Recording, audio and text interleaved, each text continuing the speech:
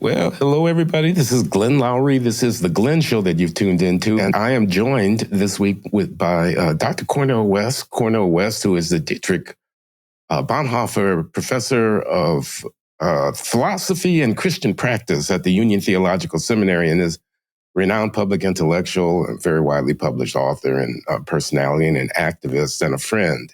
Someone I've known for a long time who has graced us with his presence here at the Glenn Show. Welcome, Cornel, and thank you. My brother, it's just a blessing to set eyes on you. I just count my blessings and think back almost 45 years when we first really encountered each other. I remember you sending me these magnificent, long reflections at Yale in the early 80s. Man, I think you must have been probably already tenured at Harvard at that time at 33. But we would go back and forth. And the first thing that struck me was twofold. One was, well, this brother's a brilliant brother who's wrestling with some serious ideas, intellectually, fundamentally committed to the life of the mind, but also dead up from the south side of Chicago. I didn't know 7329 South Michigan Avenue. Oh, listen, he knows the address of the house I grew up in, man. 7329 South Michigan. Oh, my late auntie Lois would be so pleased to hear you say that, man. Well, brother, your classic text begins in her living room. She's examining you about Pastor Bob's sermons at Bethel AME Church, man. What did he talk about? What kind of analysis was it, Glenn? Come on, get beneath the surface now. I want to get a hermeneutical engagement of his reflections, not just the hallelujahs, but the text. Well, he started with this biblical verse. That's the young Glenn right there. So you get this rich combination, man, of a kind of a black to the bone in terms of culture, in terms of existential commitment, and at the same time, intellectual commitment, and how you gonna make sense of the world in light of precious Gloria, mother, precious Everett, your father. Oh, it.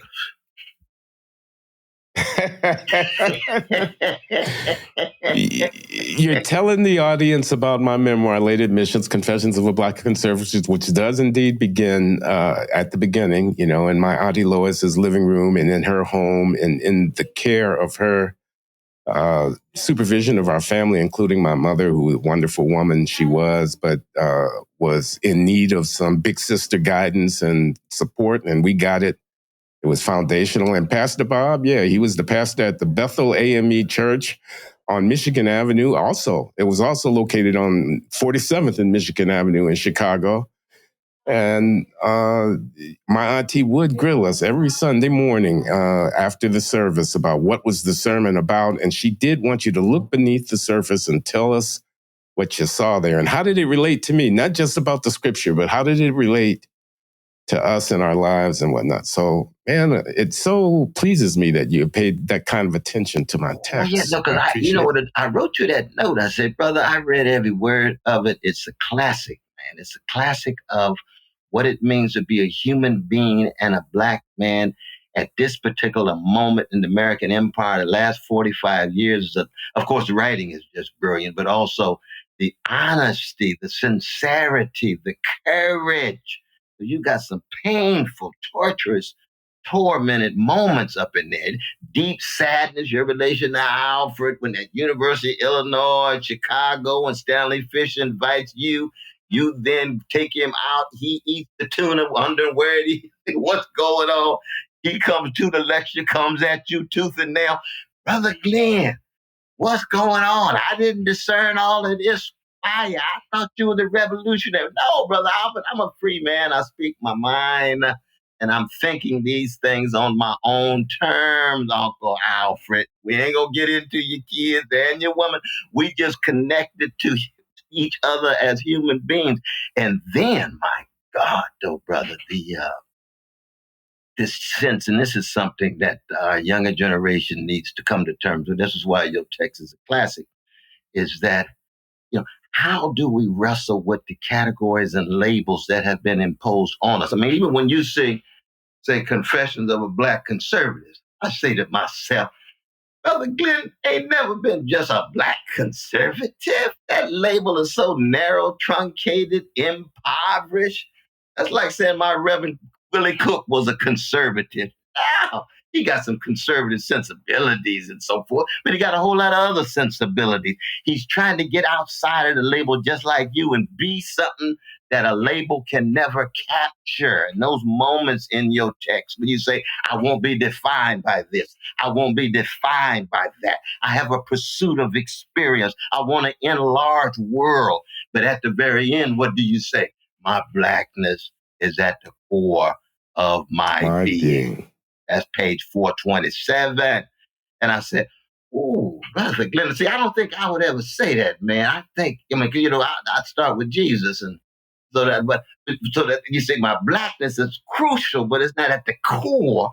You say it's at the core." I said, "Whoa, Lord, I know some black nationalist brothers and sisters who would go with that. I know a whole lot of black artists who would go with that." And I say, it's clear that Brother Glenn is honestly wrestling, courageously engaging issues, and yet all the tension and inconsistency are there. Wrestling with self-delusion, piercing delusion, wrestling with illusion, almost like Joseph Conrad, but piercing illusion. All of that is in the text, man, and it's very rare that we get this kind of text of our generation. It's the kind of thing you get in Ralph Ellison's kind of thing. When you start off your text talking about the problem of self-regard, right? Here's Tony's great collection, The Source of Self-Regard. This is the greatest collection of essays, Sin, Shadow, and Act by Ralph Ellison. And I did not notice that overlap of phraseology. Toni Morrison's collection and my definition of the project that I've embarked on in writing a memoir. That's that problem of self-regard. You're very explicit about it, engaging in all the different moments in your life. From we won't go into all of your career, man. It's just been illustrious in ways that we don't have a language for. But it's also the paradoxes and the polyvalent paradoxes that flow. Because on the one hand, you're trying to get out from under labels. On the other hand, the labels are being used in such a way that you're gaining access to certain positions, and be it whatever it is, you know what I mean? All the different ways in which, on the one hand, being Black conservative is a weighty, difficult thing. The tribe is always going to be trashing you. You're not going to have too many good feelings in terms of being embraced by the tribe. But on the other hand, you got some other plantations that's beckoning. You got Manhattan Institute, you got AEI, you got other places that are welcoming. And of course, in the end, you very much like myself, you want to be a free human being. And a free human being doesn't want to be on anybody's plantation. You want to think for yourself. You want to love for yourself on your own terms. You want to laugh for yourself. You want to read any text that connect to you because you want to be free. Now, of course, myself as a Christian, that means radical love and freedom and radical freedom and love. So there's always some constraints. There's always going to be certain kinds of tilts and orientations that you lead. But I'm sorry to go on and on, but I'm just letting the audience know that we go back over 40-something years. And from the very beginning, you've always been that brilliant brother thinking for himself. You and I clashing intensely. You and I disagreeing intensely. I knowing you the same brother from the south side of Chicago, just like I'm from the chocolate side of Sacramento, California, with Shiloh Baptist Church and Reverend Willie P. Cook, my pastor. And Irene and Clifton, just like Gloria and Everett. And of course, you're getting your last name from what? The teacher who tells your father is Loury rather than Loury, Lowry. Next thing you know, he got a new name, and that ends up being your name. I said, boy, history is something else. Isn't it? It's arbitrary. Are you keeping up with the news? I'm having a harder time with it than usual. There's such a flood of bizarre, chaotic developments. Luckily, I have an account at Ground News. It's the website and app I rely on daily to stay informed, to cut through the noise and to get closer to the truth.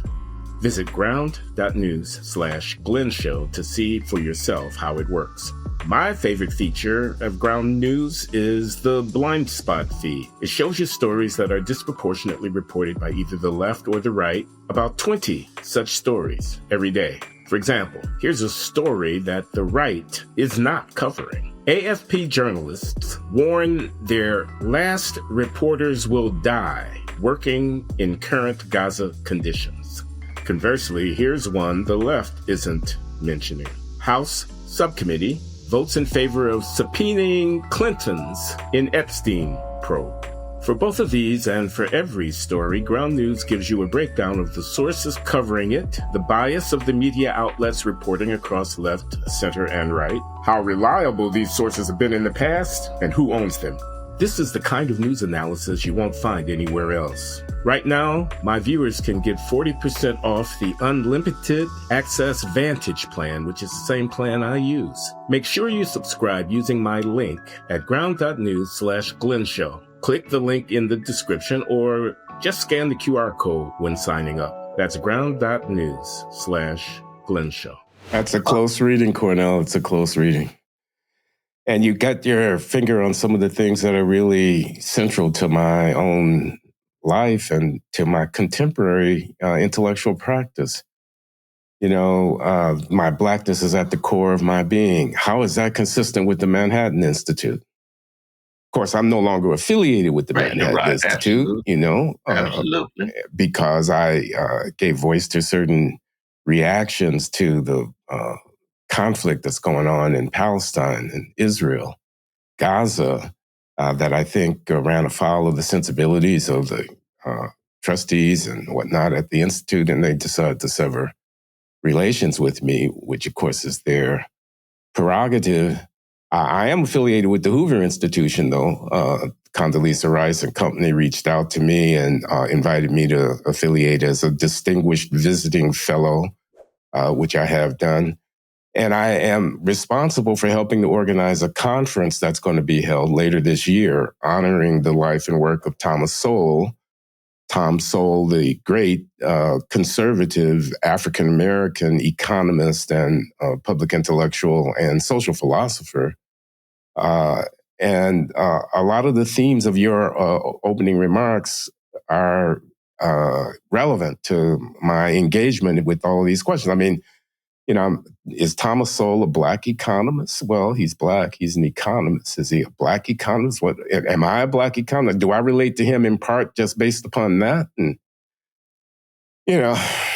obviously, those are the issues that we were talking about. I remember reading Thomas Sowell when he was a Marxist, man. Yeah, he was early in his career, right? Those were sharp, though, man. I've been teaching him for the last 40-something years, and every year, because I think he's a towering figure. He's a brilliant brother. Again, he and I clash in very, very deep ways, but he always points out things that I miss, and therefore you have to be conversant with some of the best minds of your generation across politics, across ideology, across color, across class, across gender, across sexual orientation, across nation, and most importantly, across the quick and the dead, because most of the great minds are dead. They long gone. Yeah, I'm reading his Conflict of Visions book, and it is a lot in the 18th and 19th century, and he's got Edmund Burke and he's got Adam Smith and, these guys, and he's commiserating with them. Absolutely. No, indeed. But one of the wonderful things, too, I can remember when you came to, I'm here in Harlem, when you came to the Stromberg, and it set people's minds on fire. And I remember when I think we had you out in Ohio with the Black preachers. I was teaching with Jeremiah Wright, Malefi Asante, and others every summer. And you Johnny Ray Youngblood. Yes, brother Youngblood from Brooklyn. You remember that? Mm-hmm. Yeah, and the guy from Detroit. I'm trying to remember his name now. Was it Charlie Adams? Charlie Adams. Yeah, they had at me, man. Oh no, it was intense, man. You were there. You were strong, man. You were strong, very much so. You were strong, but also, I mean, we all began with this notion sinner that I am. I'm a cracked vessel trying to love my crooked neighbor with my crooked heart. That's what I learned at Shiloh. You know what I mean? If the kingdom of God is within you, then everywhere you go, you ought to leave a little heaven behind. You see, those are not just cliches and platitudes. Those are insights forged by great black people who've been hated for 400 years, but taught the world so much about love.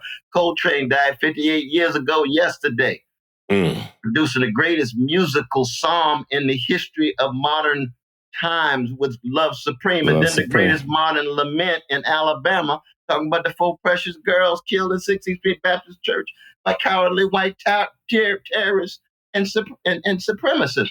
So this sense of love, whether you're a Christian or not, because what's fascinating, again, in your text is, brother, whether you're a Christian or not, and you wrestle with it now. Oh, you coming in and out.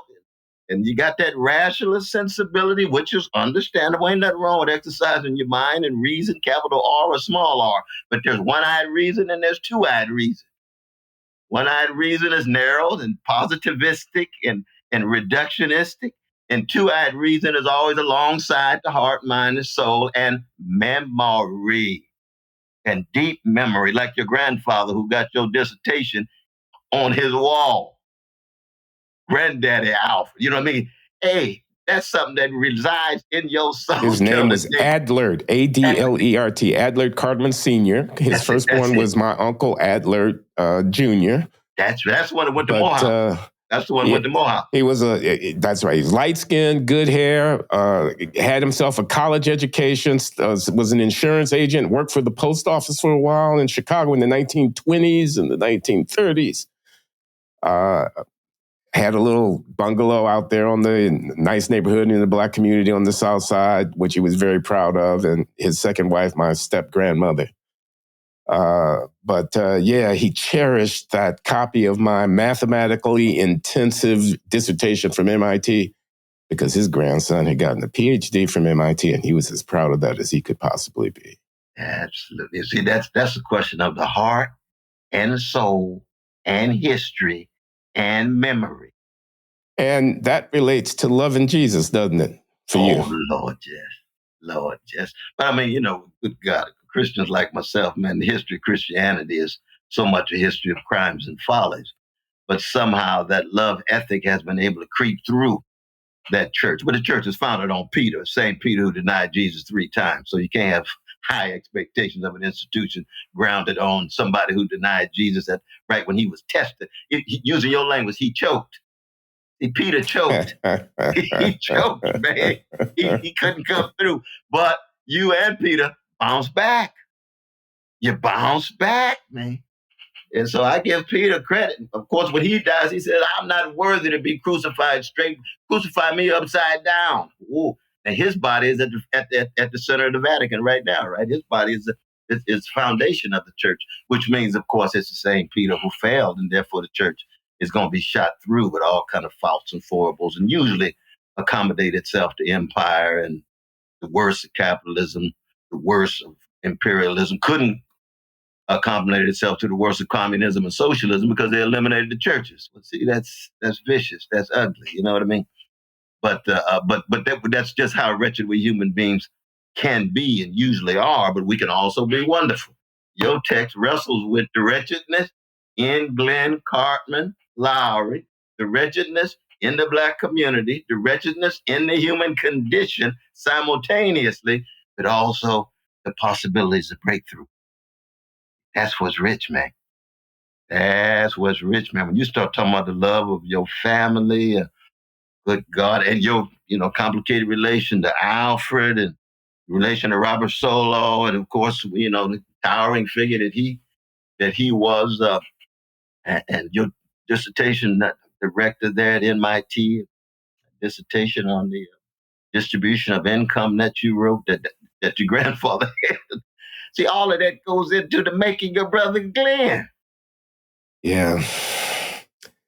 Well, I'm thinking a couple of things. One, I'm thinking about the family reunion that we're concluding here this week in Providence, Rhode Island, where my 5 children and 6 grandchildren and some partners have all assembled. We had to rent a couple of Airbnbs because we didn't have enough room for everybody at the big house, although the big house is, pretty accommodating. They were gathering here for meals, swimming in the swimming pool in the back, playing pool on the pool table downstairs in the lower level, listening to the sounds of R&B and jazz, being piped throughout the house, and drinking and talking and eating and laughing and arguing and fighting and contesting each other and bringing up all these unresolved conflicts and jealousies and injuries and whatnot. And it was something to behold. And my poor wife, my wife, we were married in 2017, Lawan.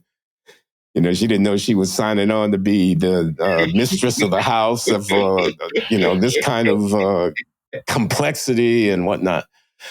But, there we are.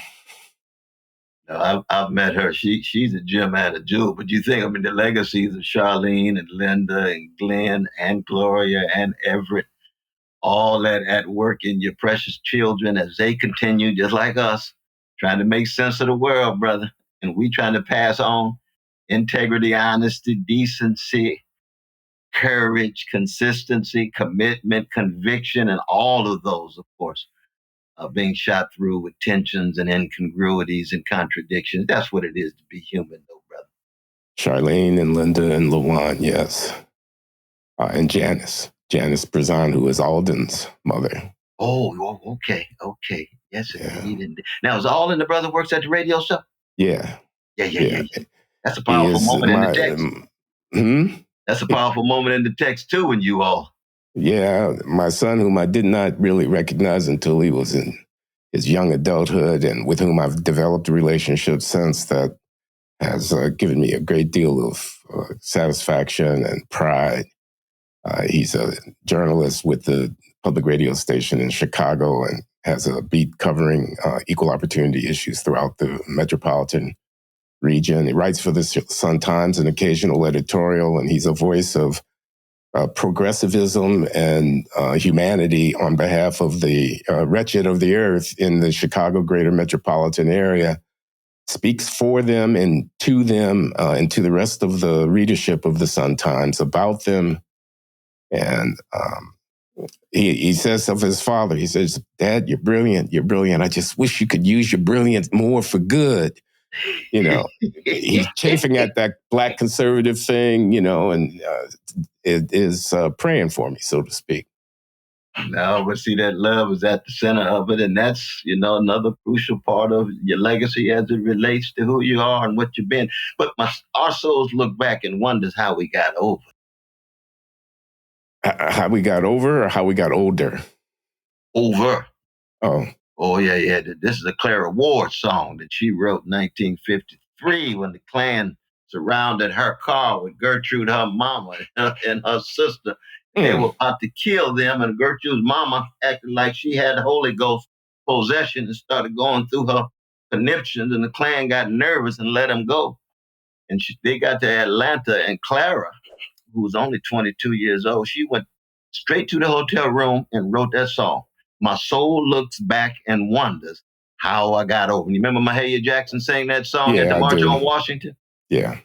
That's a powerful thing. And our soul looks back and wonders how we got over. Good God. Woo!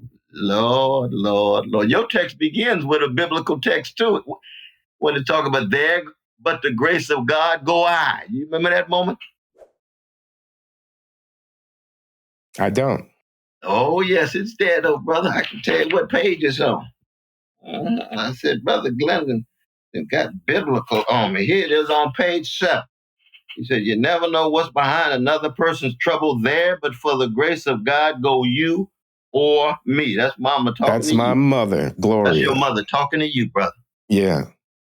I'm complaining because she's giving money to the drunk who's sitting there with his hand out on the corner. And I said, "What do you give your money away for them?" She said, "That could be you, that could be me there, but for the grace of God, go I." That's exactly right. Yeah. What a great tradition, brother, for great black people. A great black people. We got our history of charlatans and gangsters and thugs and knaves, but we got a tradition of unbelievable love and freedom and wounded healing and joy sharing, not just in our music with Duke and Count, Loury, and the others, but in everyday life of Black folk. And that's what also come through so strong in your powerful text. You know, I'm at a crisis here of identity to a certain extent, because on the one hand, I have everything that you have said I have in that text and in my recollecting of my life. And yet on the other hand, this conservatism strand points away. It points to a certain kind of transcending of the identity. You know, it's kind of, universality. You know, we're supposed to be not looking at each other through the narrow lens of racial experience. We're supposed to be outgrowing that somehow.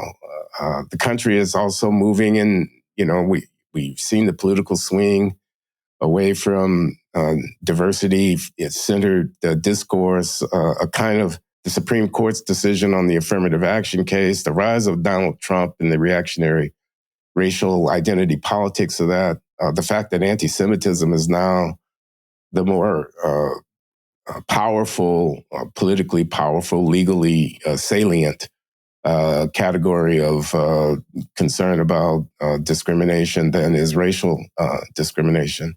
I'm just wondering, Cornel, I mean, race matters. That was your book, 1992, if I recall correctly. That's true. Bestseller, iconic text.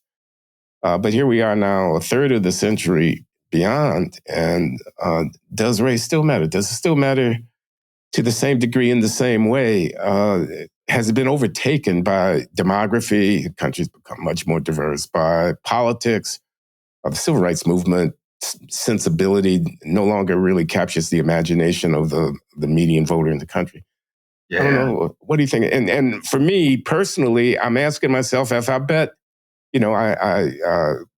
my blackness is at the core of my being, I say in the concluding chapter of my book. I mean, is that betting on a losing horse there in the race of the contestation of ideas?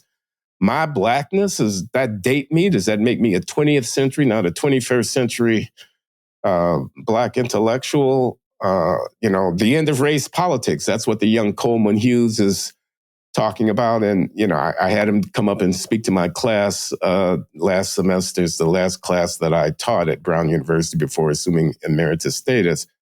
And I said to him, well, you say the end of race politics, but it almost sounds like you mean the end of race. Not just race politics, not just preferential racial politics, but the end of thinking seriously about ourselves in racial terms. And is this really just skin deep? What am I holding on to when I'm holding on to the memory of Uncle Alfred and Uncle Adler and all of that? There you go. It's a kind of free association, but I'm just wondering, have I barked up the wrong tree? I mean, what are my books? One by One from the Inside Out, Essays and Reviews on Race and Responsibility. The Anatomy of Racial Inequality. Race, Incarceration, and American Values. Black Conservative. What does it add up to as a corpus of intellectual labor over a half century?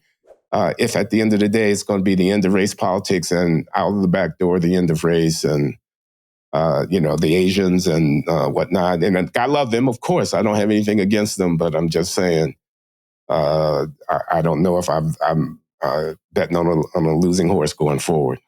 Yeah, no, I hear you. Well, there's a whole lot there on the table, though, brother. Those some profound queries, no doubt about it. But what I do like is that in the same paragraph, in the first sentence, you say two things.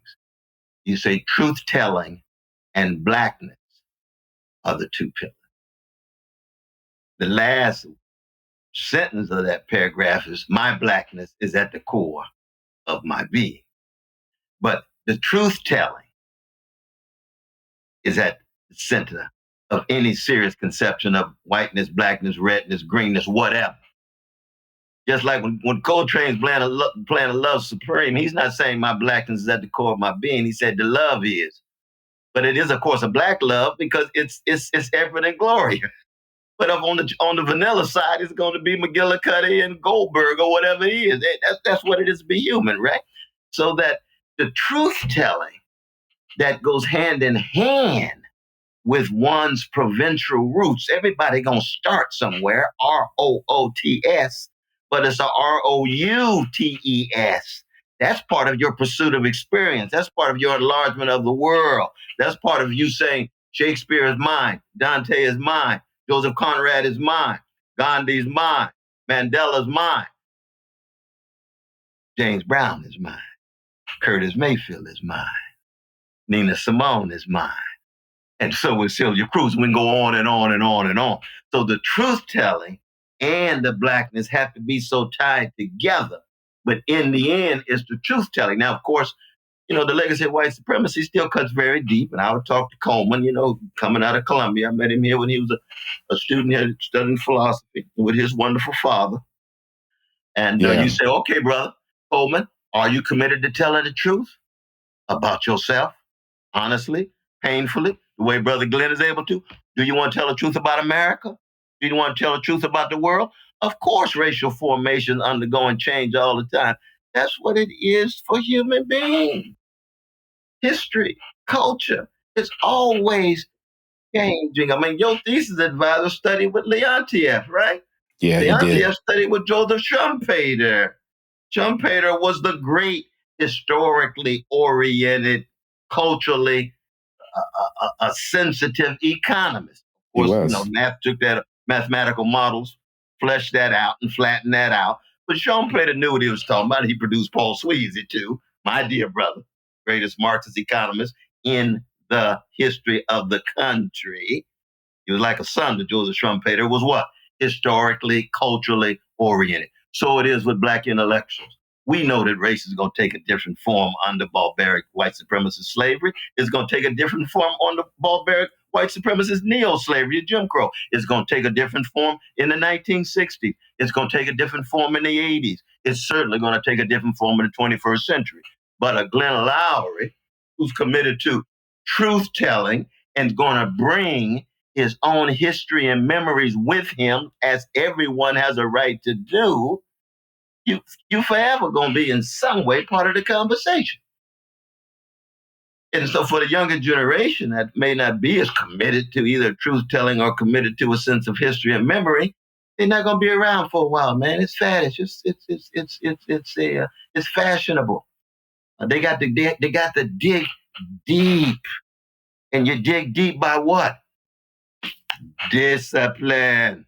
Like the jazz musicians. You got to do your work. You got to read deeply, widely, closely, joyfully. Then you got to open yourself and empty yourself. See, what you were willing to do, man, on many occasions you walked into a black context, man, and you just knew the arrows coming your way. I used to say, well, Brother Glenn, this brother, he got courage. Because the arrows coming, I'm going to give you my own critiques and everything, but I'm not going to just go for you. It was an ad hominem kind of thing that you had to deal with all the time. And, so often the critiques that was coming your way, I was resonating with some of them and I was critical of the critiques as well. But as long as you sit there and say, you know what? To my best ability, I'm trying to tell the truth and I am connected to 7329 South Michigan Avenue until I die. Because that's the winsome, that's where I come from. And if I end up leaving the church, the spirit of the church ain't never leaving me. Because that's why I got my sense of self-respect and self-confidence. That's why I got a certain sense of self-regard. That's what I fell back on when I had crisis and catastrophe. And those memories help sustain me in the face of all of this absurdity I got to come to terms with in America, in my personal life, whatever it is. That's all we have as human beings, brother. That's true in Lithuania. That's true in Guatemala. That's true in Iran. And that's true on the south side of Chicago, on the chocolate side of Sacramento, where I come from. And so in that sense, I think that we have to be very, very, very cognizant of the ways in which white supremacy is being reshaped and race politics are being reshaped. But we have to also be honest about the continuities, about the recurrences in human histories. How does this experience of blackness in the context of American society relate to empire, to the global responsibilities that we have as citizens, not just of our country, but of the world as human beings, as we watch wars proceed and, the dominations of peoples unfold. And we have our own memory here of our experience with what you're calling white supremacy. I say that with tongue in cheek a little bit because I call it white supremacy too when my conservative overlords are not listening. But what about American empire? What about war? What about dropping those gazillion ton bombs on the Iranians? And what about our entailment with the Zionist project? And that's right. What about this conflict in Ukraine that seems to be endless and forever war and all of that? Where does the experience of the descendants of slaves fit in to one's reckoning there? I have to tell you that when I read Ta-Nehisi Coates' book, The Message, I was chagrined. I thought, first of all, this guy can really write. This is a brilliantly rendered piece of nonfiction. I thought he's grappling with basic issues and not just what he had to say about going to the West Bank, although what he had to say there was very much worth attending to. But what he had to say about going to Senegal for the first time or going to South Carolina where they were trying to ban his book. Dealing with the book situation, yeah. And I thought, here's a young black man. I don't know, he's 50 years old. I'm 77, so he's young as far as I'm concerned. Who has a craft. He has a gift, and he's deploying it. He's inspiring his students. He starts that book with an essay, open letter to his students about writing, about truth-telling, about laying bare, about clarification as a imperative of writing, about moral witness. And I ask myself, what am I doing with my talent in the face of these various challenges, And I felt like a little bit embarrassed to call myself a Black intellectual and not to have the practice that I saw being exhibited on display in that book that has come in for a lot of ridicule and vilification because of what he had to say about the occupation and the domination of the Palestinian Muslims in the territories acquired after 1967 by Israel, and which are still the subject of much contestation. I'm talking about the West Bank. He's talking about apartheid. He's not supposed to say that, but that's what he's talking about. And I asked myself, where am I in that conversation? And that has provoked a lot of disappointment in some of my admirers. I've lost followers here at the Glenn Show because of my willingness to entertain these questions. And I think I've raised questions in the minds of many of my former sponsors and colleagues about the extent to which I have deviated from my supposed transcending race and getting beyond the, shop-worn and tired laments of the people of color who are still with our nose on the candy store window demanding to be let into American society. I don't know. I'm rambling a little bit, Cornel, but I'm seeking your wisdom, man. I'm with you. But you can imagine, brother. I mean, so many folk in my own network, they would say, I wonder why it took Brother Coates and Brother Loury so long to open their eyes and see what has been happening on the West Bank and what has been happening in Gaza. See, I recall having teach-ins on Palestinians with Edward Zaid when we were working together and teaching together in 1982. And it's talked about explicitly both in race matters and in democracy matters, right? So it's been there for a long time. And even Coates himself, God bless him. I appreciate his voice and his courage to break from his past. But you might recall what he says in the preface of his book on We Were 8 Years in Power. He said, and I can't stand these Black public intellectuals who talk about Israel in a critical way because it's clear that it's so complex that they don't know what they're talking about and they ought to be silent. And you say, no, he's honest about it now. And he says, I shouldn't have said that kind of thing. I have to break from that. But that's after association with the Jeff Goldbergs who've been justifying apartheid for so long. That's what Atlantic Magazine has been in part about. And that's where he started. That was his plantation. So everybody got a right to break from their plantation, but it took a long time. And it was able to attack many of us who had been talking about these issues as a way of gaining certain visibility. That's not you, but I'm talking about Coates in terms of the ways in which he would come at these black public intellectuals taking stands on Israel. So you say, Coach, I'm so glad that you had the courage to go there and see it for yourself and then come back and write in this powerful language. And that's it. That's wonderful. Everybody changing their mind, but it's been around a long time. So when you raise the issue of empire with Du Bois, with Sinclair Drake, with C.L.R. James, with Claudia Jones, think of your beloved colleague, who I have great respect for, Brother Ferguson, Neil Ferguson. You know his book on the rise and fall of the American empire?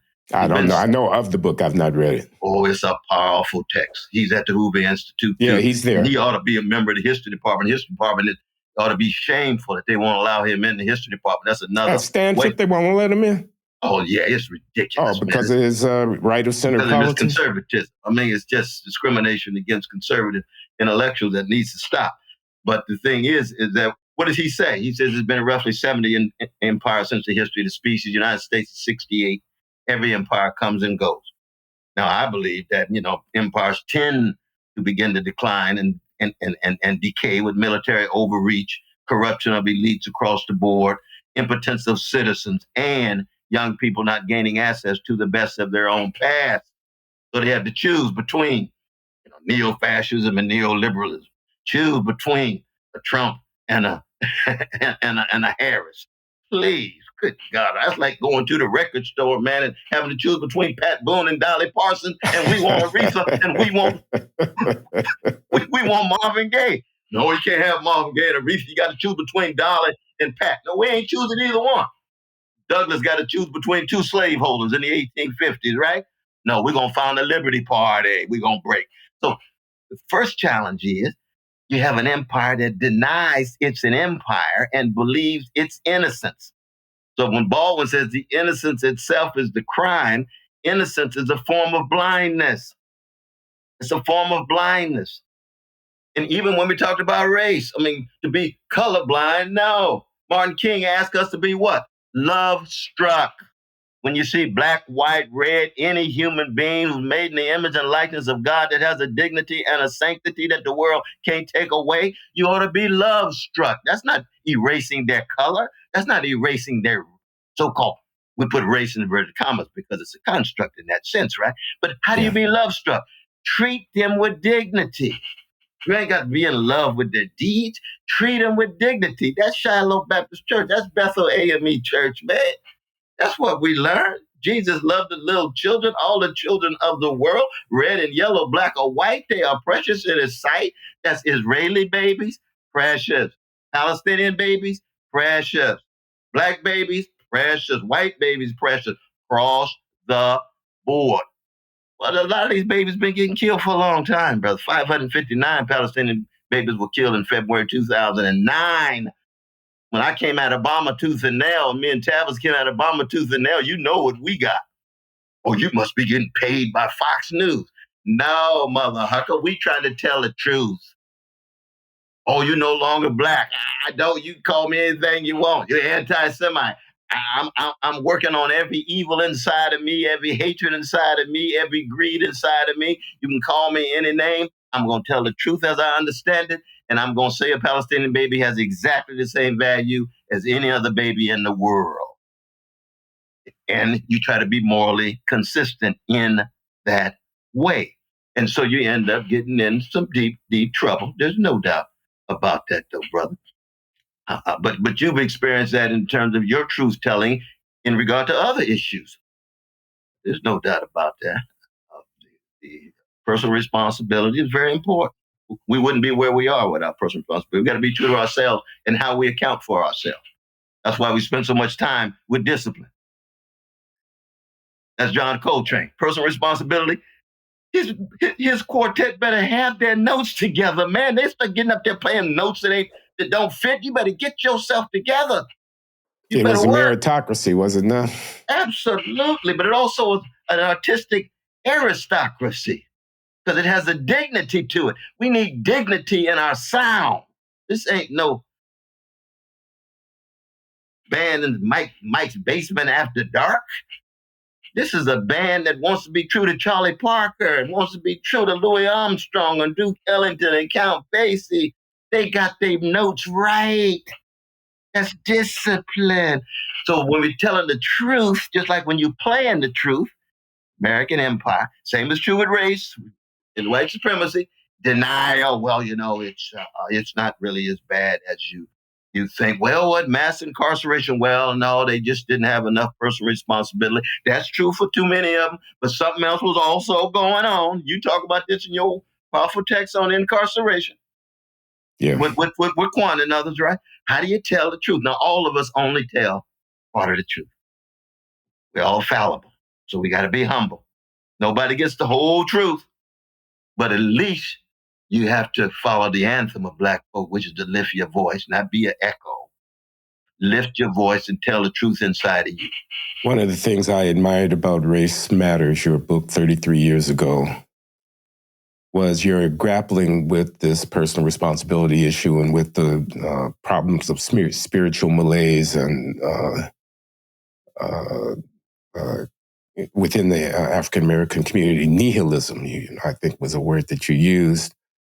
And you took some flack for that because people didn't want you to wash dirty linen and stuff like that. Didn't you know that it was white supremacy at the end of the day that was responsible even for those failures of social organization within the Black community? And now that was a third of a century ago, and here we are now in the year 2025. And I want to ask you to reflect on where that issue stands. Do you think that we did man up and woman up as African Americans to our responsibilities to our children and to the moral fiber of the character of our lives?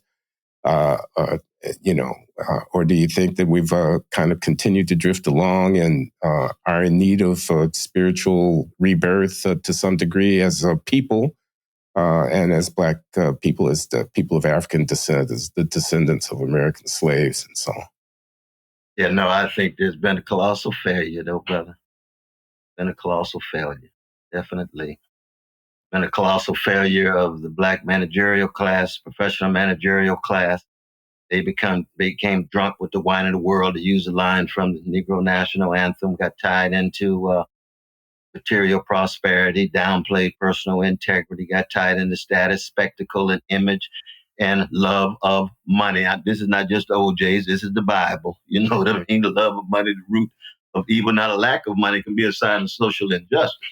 But they got love of money. And so you ended up with a whole Black leadership class that became so opportunistic in terms of money, position, and status that it lost its sense of what it means to live lives that put service at the center, at the very core. It's like Auntie Eloise. You're talking about, it's almost like a Grand Central Station. Everybody coming through. She just embracing everybody. You know what I mean? Where you gonna get that kind of love? Where you gonna get that kind of empathy? Well, that comes from a strong family, a strong church. It comes from a strong upbringing. That comes from strong memories and so forth. And we've lost so much of that. Now, this is also true in terms of the Black working class and our precious poor brothers and sisters, too. That is to say, historically, we Black folk have always been broke as the Ten Commandments financially, but we had a spiritual richness. We had a cultural depth that could produce the blues and jazz and spirituals and sustain churches and barbershops and beauty salons and Mason halls and Black synagogues and Black mosques and so forth. You ask the Black bourgeoisie these days, what institutions have they really created and sustained? Don't tell me about your mansion in Martha's Vineyard. I want to know how you're serving the young folk in your community. My mother herself was a principal, got a school named after Irene B. West. What did she do? She taught vacation Bible school every summer, brother. So when I walk the streets of Sacramento, I got tons of young folk coming up to me and say, I remember Irene, your mama, who taught me how to read, because we didn't have to be a member of Shiloh to go to Vacation Bible School, and she did that for 40 years. You see, that's a legacy. That ain't the same legacy of going to Martha's Vineyard and having a wonderful time. I ain't got nothing against the black bourgeoisie going there. They need to have a good time. And I got some good friends who were there. But I'm just showing the juxtaposition. Same is true with the churches, brother. We had pastors. We didn't have CEOs. You know what it means to have a CEO as a model in your organization. Was Pastor Bob a CEO? Please. No, he was a pastor. Now every pastor got to have a doctorate. Dr. So-and-so, Dr. So-and-so. Hey, it was a great thing to be a reverend. You were called to be a servant of the people. You didn't have to have a doctorate. You were like James Baldwin, never go to college, but a college go through you. You got reverends who were reading all the time. They didn't have to have a degree and a credential. They loved their people, so they read in order to serve the people who were spiritually starving and wrestling with moral constipation to get them flowing. That's what we had then. So it's been colossal failure. But that's all right. We're a bounce back people, man. We bounce back. We bounce back in our personal lives. We bounce back in our collective lives. And there's a whole wave of younger generation. And you see them in your class. They hungry for the truth. They hungry for love. They hungry for justice. What Ashford and Simpson call what? The real thing. Ain't nothing like the real thing. They're hungry for that. Ain't nothing like the real thing, baby. Ain't nothing like the real thing. They had another song called Have You Ever Tried It For Yourself, Still Getting it secondhand from someone else? Don't be a copy. Don't be an imitation. Be an original. Be an original. Don't be secondhand.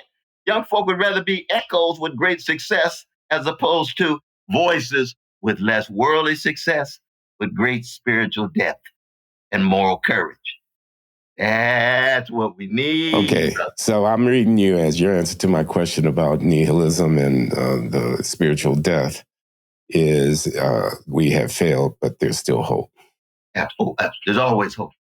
There's always hope. The love that Gloria, Everett, Eloise, and Alfred, Adler poured into you can never be taken away. Never, ever be taken away. Now, the tension that's there, even the wounds that are there, they go hand in hand with the love. There ain't no love without the wounds. You know that now. Oh, no, if you ever loved anybody and got no wounds, you're not really loving. Yeah. You see what I mean? Very much. And that's one of the things we bring to the great classics of Western civilization. You see that Socrates himself, one of the great examples of intellectual integrity and conscience, but he never cried. He never shed a tear, which means he never loved anybody. You never shed a tear at your mama's funeral, even an inner tear. Something's wrong. Something's wrong. We know this from Plato. We know this from Plato. With Plato rendered Socrates. Socrates was a master and mentor of Plato. Socrates, like Jesus, never wrote a word, but Plato wrote about Socrates like Xenophon to make the world safe for Socrates every generation. So Socrates becomes a great example of intellectual integrity. But then we bring from Southside Chicago, we come to Socrates and say, my God, what a magnificent exemplar of intellectual excellence. Where's the tears? My God. Where's Hamlet? Where's the tears? Hamlet suffers from the incapacity to love, but he is the most intellectually brilliant of all Western characters in any play, any novel. Shakespeare knew what he was doing. Ivan Karamazov, the greatest character in the greatest Russian novel of Dostoevsky, suffers from the inability to love. Axel Heiss, the great character in Victory of 1915 of Joseph Conrad. Joseph Conrad is one of the greatest of the English novelists, even though it's his third language. Polish and French are his first and second. What is it about Axel? Suffers from the incapacity to love. Well, we learn love ought to be at the center of this thing. How come? Because you've been taught to hate yourself. And if you're taught to hate yourself, you're going to be wrestling with self-hatred and self-disregard and self-disrespect and self-flagellation and self-violation your whole life. That's what wrestling with blackness in a white supremacist world. but we ain't gonna make that center stage. No, not at all. And you never ever make your foes your first point of reference. You'll be reacting for the rest of your life. You'll be a parasite on their host. You fall back on the greatness of your own tradition, and you're critical of the worst of your own tradition, and you bear witness with style and a smile and have some fun and keep the funk and die with a smile on your face. Amen. Now, And that's what I see in a particular version of a brother from the South Side of Chicago, whatever political differences we have. I see that wrestling in such an authentic way. And you use the language of authenticity in the text. You say, I'm searching for an authenticity that goes beyond the categories and the labels and so forth. Just trying to be for real with love and truth and justice, and wrestling with what it means, of course, to be human and what it means to be Black in America. Yours is the most penetrating reading of my book that I've heard given voice to, frankly, and I deeply appreciate it.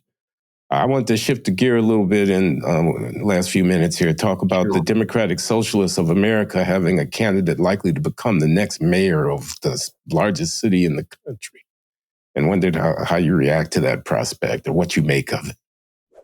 Well, one, again, I'll start with his parents. And both of them are really quite exemplary figures in a number of ways. Of course, his father's professor here at Columbia, has been at it for a long time. Keep in mind the middle name of Brother Zoran is what? Kwame, named after Kwame Nkrumah. Just like the great Stokely Carmichael renamed himself what? Kwame. Mm-hmm. After the Kwame Nkrumah, right? Same with the great Appiah, Anthony Appiah, God bless him, one of the finest philosophic minds of his generation from Ghana. What's his middle name? Kwame, named after Kwame Nkrumah. But the challenge of my dear brother Zoran is going to be the challenge that Brother Bernie had, namely that historically, the most progressive community, or one of the most progressive communities in the country, the Black community, did not jump on Bernie's bandwagon. And so you ended up with the most progressive candidate for president unable to convince the most progressive community. And Nina Turner and myself and Danny Glover, we were out there breaking our necks, but it didn't. We couldn't translate. And Zoran's going to have the same problem. Cuomo, as you know, got vast majority of Black votes. Yeah. And he's now just announced that he's going to stay. And so Zoran has got to be able to make his case, not so much as an ism. You see, we're not into these isms. Those are abstractions. Socialism. It's basically a New Deal liberal project that he's promoting. Let's just be honest about it. And that was true for Bernie, too. We're not talking about seizing the means of production and all this kind of stuff. No, right. Not at all. These are social democratic programs, right? But it's going to be a challenge, and I'm, of course, willing to do all that I can, but he's tied to a Democratic Party that I think is just so decrepit and mediocre and just milquetoast that it's going to be a real problem. It really is. And then, of course, the larger backdrop is the ugliness, the cruelty of Brother Trump himself. I mean, he is American gangsterism crystallized and unashamed of itself. And one of the roles of the Black Freedom Party has always been to de-gangsterize America and de-niggerize Black people. And when you de-gangsterize, you introduce integrity, honesty, and decency to manipulation, domination, and transaction. And when you de-niggerize, you say, no, Black people are not less intelligent. We're not less beautiful. We're human beings like everybody else. And we don't need to run around and act like we're scared and be on somebody's plantation and want to move up the plantation and think by moving up the plantation, we on the Underground Railroad. No, Harriet Tubman taught us you got to leave the plantation to be free. Leave it. Just because you're the foreman on the plantation don't mean you free, let alone your cousins. No, you got to be a free human being. And the role of the Black church historically has been what? You are a pilgrim in this world. This world ain't your home. Now, the plantation in this metaphor is the Democratic Party? Absolutely. Absolutely. And Obama's plantation and Clinton's plantation. Oh, my God. We got so many Black folk locked into that plantation and butt dancing and break dancing on the plantation and want to think that somehow they part of the legacy of Martin Luther King Jr., get off the crack pipe. King was never on anybody's plantation. That's why he turned on LBJ, not because he hated LBJ. He loved him. He's a Christian. He said, I can't stand that war. And those Vietnamese babies have the same value as these black babies in Mississippi. Took him a little while to do it. Coretta already had done it, putting pressure on him. Rabbi Heschel already putting pressure on him. Yeah. Richard Newhouse. Yeah. God bless Richard Newhouse. My friend. I love that brother. I had wonderful times with him, but he was part of clergy and laity concern at that time. Right. You know that history. I do. I mentioned it in the book. Absolutely. Absolutely. So we're at the end of the hour. What's your project these days? Where's your energy going in? What you working on? I just gave these Gifford lectures, man, in University of Edinburgh last year. What lectures again? It's called the Gifford Lecture. It's like the Nobel Prize of Philosophy, Alfred North Whitehead. Oh, congratulations. John Dewey. And so I had a magnificent time there. And that's going to be a small book? And that's going to be a text. And it's already on YouTube. All 6 lectures are on YouTube. But it's a jazz-soaked philosophy in our catastrophic times, from Socrates to Coltrane. And so it's my engagement with the Western philosophical tradition, and more than that, because I end up talking about T.S. Eliot and talk about Eugene O'Neill and a whole host of persons who are poets as opposed to philosophers. But it begins with Socrates and it ends with Coltrane. And got a lot of Ellison's, got a lot of Albert Murray. People talk about, oh, Brother West, you don't talk about Murray enough. No, Murray has been very important. I knew Murray very well. Of course, Toni Morrison is somebody who means so much to me, spending all the time together at 6 Princeton. lectures? Mm-hmm. Over a couple of weeks? Yeah. It's about 2.5 Cornel. weeks. Well, that's massive. It was beautiful. It's a beautiful thing. Did you say Edinburgh? Yeah, University of Edinburgh in Scotland. Oh, with a great philosophical tradition there. Absolutely. Indeed. So like you, I'm blessed, brother. Well, I thank you for giving us your time. Man, it's been so good listening to you. Your reading of my book, your close reading of my book warms my heart. Your philosophical and spiritual and Christian reflections on the dilemmas of intellectuals and of citizens and of Black people inspire me.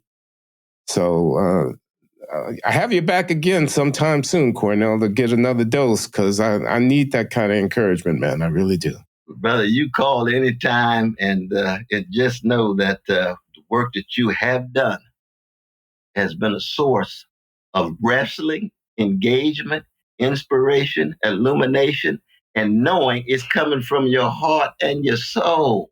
That's the thing about it that makes all the difference. So whatever agreement, disagreement, tension, and a resonance, it at that deepest level, there's a soulfulness. Soul in so many ways is a sharing not just of a soothing sweetness, but the unsettling truth against the backdrop of catastrophe.